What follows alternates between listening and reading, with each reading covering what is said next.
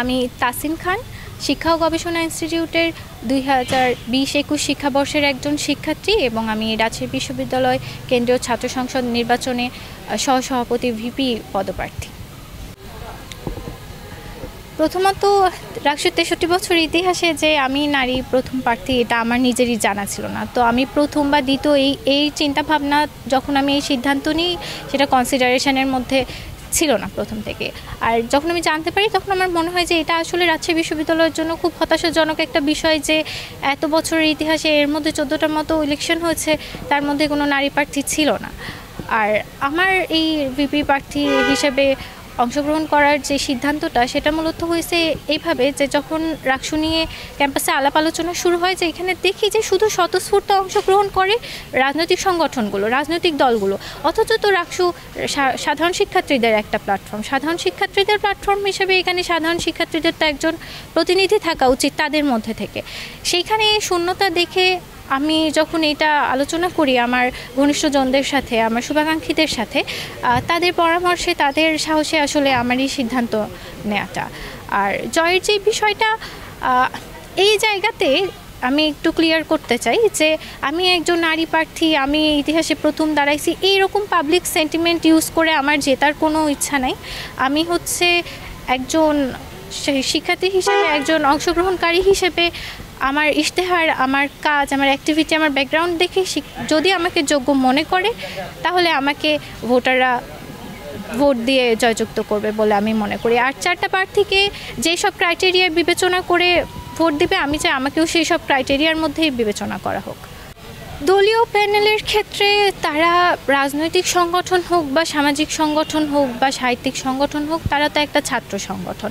এখন ছাত্র সংগঠন হিসেবে তারা তাদের মতাদর্শের লেন্স থেকে আমি মনে করি স্টুডেন্টদেরকে হচ্ছে রিপ্রেজেন্টেটিভ হিসেবে, স্টুডেন্ট রিপ্রেজেন্টেটিভ হিসেবে অংশগ্রহণ করতে পারে। কিন্তু যেহেতু তারা তাদের একটা মাদার অর্গানাইজেশন থাকে, সেটার একটা প্রভাব থাকে, তো এটা টোটালি তাদের উপর ডিপেন্ড করছে যে তারা কোনটাকে প্রায়োরিটাইজ করবে, তাদের দলীয় সিদ্ধান্তকে নাকি সাধারণ শিক্ষার্থীদের স্বার্থকে।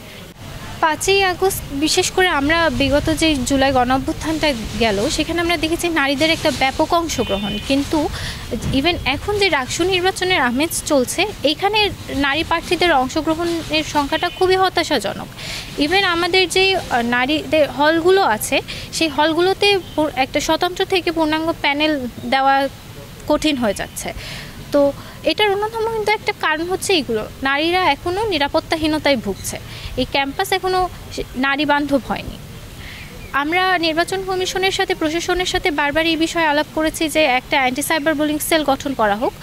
লাস্ট পরশুদিন আমাদের নির্বাচন কমিশন এরকমটা জানাইছে যে তারা একটা অ্যান্টি সাইবার বুলিং কমিটি গঠন করছে, কিন্তু সেই জায়গাতেও কিন্তু আমরা আশ্বস্ত হতে পারছি না, কারণ আমাদের বিশ্ববিদ্যালয়ে এরকম একটা মানে কালচার আছে প্রশাসনের যে তারা অনেক কমিটি গঠন করে, কিন্তু সেই কমিটিগুলোর কাজ দৃশ্যমান হয় না।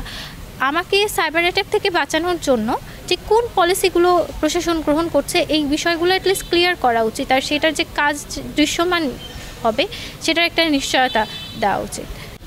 রাকসু নির্বাচন নিয়ে প্রথমে যে পরিমাণ আকাঙ্ক্ষা ছিল, প্রত্যাশা ছিল, এটা কিন্তু আস্তে আস্তে কমে যাচ্ছে। এটা কমে যাওয়ার পিছনে অন্যতম কারণ হচ্ছে আমরা এই বিগত সময়টাতে যে আমাদের চতুর্থবারের মতো তফসিল পরিবর্তন হচ্ছে সেটার দিকে যদি তাকাই আমরা দেখতে পাবো যে আমাদের যে রাজনৈতিক সংগঠনগুলো আছে তাদের দাবি দেওয়ার প্রেক্ষিতে নির্বাচন কমিশন তাদের সিদ্ধান্তগুলো গ্রহণ করছে। তো এই ক্ষেত্রে তো আমাদের মনের মধ্যে একটা আশঙ্কা জন্ম নিচ্ছে যে আসলে কি নির্বাচন কমিশন নিউট্রাল? নির্বাচন কমিশন যদি নিউট্রাল না থাকে তাহলে আমরা কিভাবে নিশ্চিত হতেই পারি যে আমাদের নির্বাচনটা সুষ্ঠু হবে? তো এরকম একটা আশঙ্কা নিয়ে নির্বাচনে অংশগ্রহণ করা বা নির্বাচনটা নিয়ে খুব বেশি প্রত্যাশা রাখা, এটা আসলে আমাদের মনে একটা সংশয়ের জন্ম দিচ্ছে। শিক্ষার্থীদের মধ্যে উদ্দীপনাটা আসলে নির্ভর করবে আমাদের উপর, আমাদের নির্বাচন কমিশনের উপর, যে আমরা কতটা সুষ্ঠু পরিবেশ তৈরি করতে পারছি, আমরা লেভেল প্লেইং ফিল্ড যে কথাটা বলছি সেটা আসলে কতটা নিশ্চিত করতে পারছি। আমরা বারবার যখন কথা বলি আমরা শুধু আমাদের প্রার্থীদের নিরাপত্তা নিয়ে কথা বলি, তাদের সাইবার নিরাপত্তা নিয়ে কথা বলি, কিন্তু আসলে আমি যদি এই ক্যাম্পাসে একটা সবার জন্য নিরাপদ পরিবেশ তৈরি না করতে পারি, আমি যদি এখন অনিরাপদ বোধ করি, আমি তো ভোট কেন্দ্রে ভোট দিতে আসবো না। তো সেই ক্ষেত্রে এটা টোটালি নির্ভর করে প্রশাসনের উপর, নির্বাচন কমিশনের উপর এবং একই সাথে প্রার্থীদের উপর, যে তারা কতটা গণতান্ত্রিক মনোভাব নিয়ে সহাবস্থানের মতাদর্শ নিয়ে এই নির্বাচনে অংশগ্রহণ করছে। এটা যদি নিশ্চিত করা যায় তাহলে আশা করি খুব উৎসবমুখর পরিবেশে আমাদের নির্বাচনটা সম্পন্ন করা সম্ভব।